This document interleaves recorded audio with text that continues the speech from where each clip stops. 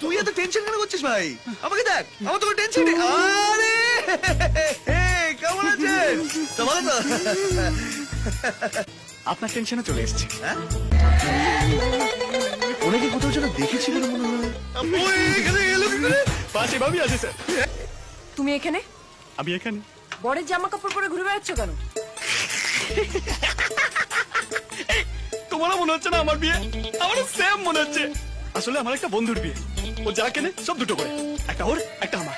সব একটা ওর একটা আমার। তোমার আর জয়ের শিলিগুড়ি যাওয়ার কথা ছিল না? কেন?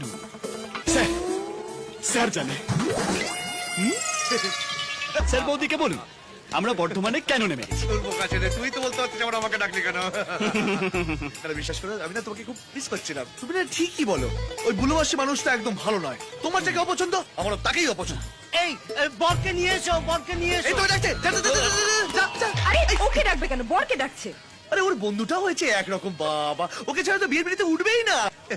আমি শুধু ভাবছি ফুলচর্চার রাতে কি হবে। সেটা তোমাকে ভাবতে হবে না।